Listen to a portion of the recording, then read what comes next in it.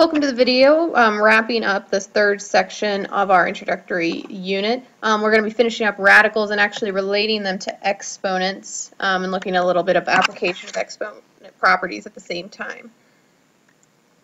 So starting off, first thing we need to realize is there are of their roots, and I'm sure you guys are more than aware of this, but square roots aren't necessarily the end-all and be-all of roots. And this math definition kind of goes through that idea. Normally when we do roots, the roots we've seen is where n is 2. And all this is saying really, so if we did a different root, let's say I did the cubed root of 8 equals to some number.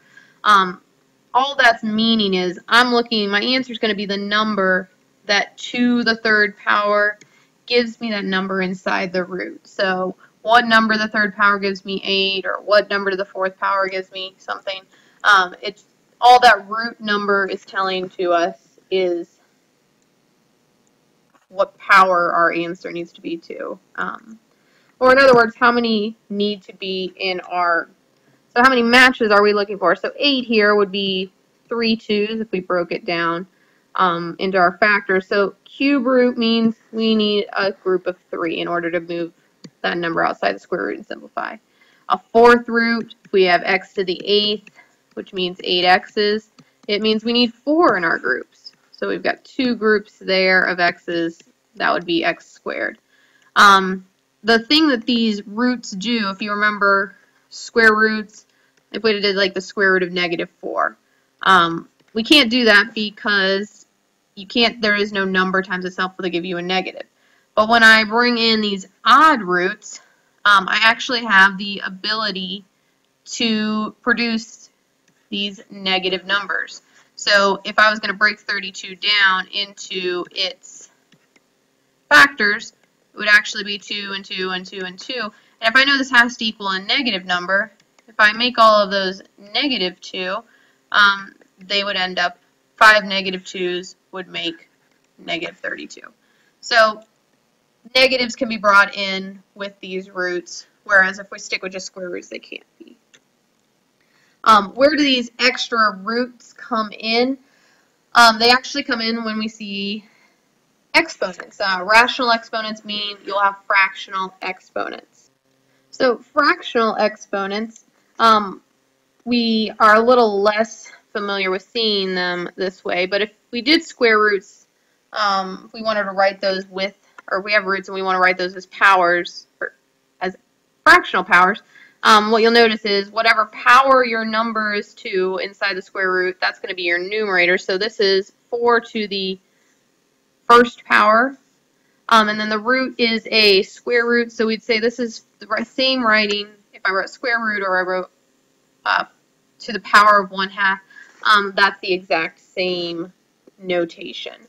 Conveying the exact same information. So if we look at 8 to the 2/3 power, we're going to use these fractional exponents and actually simplify by being able to switch between exponents and radical form. So if I change 8 to the 2/3 power, so I need to realize which is the power, which is the root, the numerator is the power. If you think about writing 8 to the second power, it's the same as writing 8 to the 2/1. So that power is always the numerator. So this is 8 to the second power, and then the denominator would be our root. So we're taking the third root. It may not look any nicer than what you started with, but when we're simplifying, you always want to think about simplifying with the root first. So if we're going to simplify the root first, we're going to say, okay, simplify cubed root of 8 first, and then worry about the squared power. And so if you remember the previous slide, we said cube root of 8 was 2. So we're going to change this to 2. We still have that second power. And we made 8 to the 2/3 power into 4. A lot nicer looking than having that rational exponent. 16 to the -5/2 power. Reminder about what negative exponents mean. Negative exponent means, okay, this currently is in the numerator, this base and this exponent, they need to go to the denominator and be changed to a positive. So 16 to the 5/2 power goes in the denominator. And if we rewrite this, again, we're trying to simplify this. This is 16 to the 5th power, and this is the square root because 2 is in the denominator. If I deal with that root first, I don't really want to do 16 to the 5th power. That looks kind of ugly. If I deal with that root first, I can change that into the square root of 16 is 4. So remember, focusing on the root first, and then take that to the 5th power. Maybe not tons better, but a little bit. And if we take 4 to the 5th power, 4 times 4 times 4 times 4 times 4 would be 1 over 1024. So root first, power in the numerator, root in the denominator, and you always want to take that root first.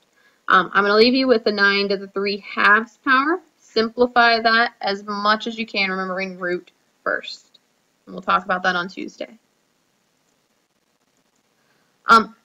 Fractional exponents, rational exponents, don't end with just the basic simplifying.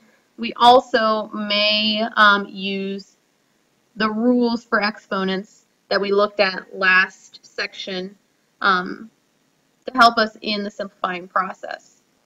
So when we're using our exponent rules here, we want to multiply. We have 2 parentheses. We're multiplying here. We're going to combine the numerator or the coefficients and then combine these like bases. If you remember, we're multiplying. We keep the base and we add the exponents. So 1/2 and 3/4, and off to the side here, 1/2 plus 3/4. If you remember, if you don't have your calculator, you have to have common denominators, 2/4 plus 3/4.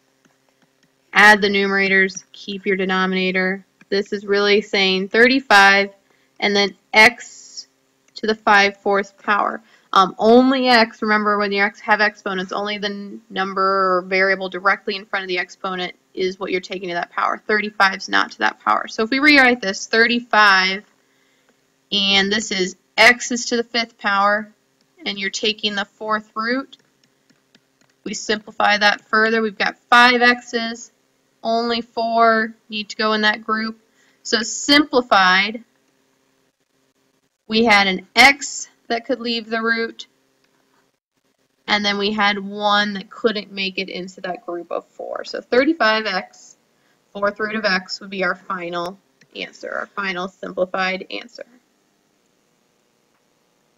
The last thing we're going to look at here is just one way that we can work the opposite direction and simplify. So if I end up with something in the root, like you see here, the 9th root of x to the 3rd.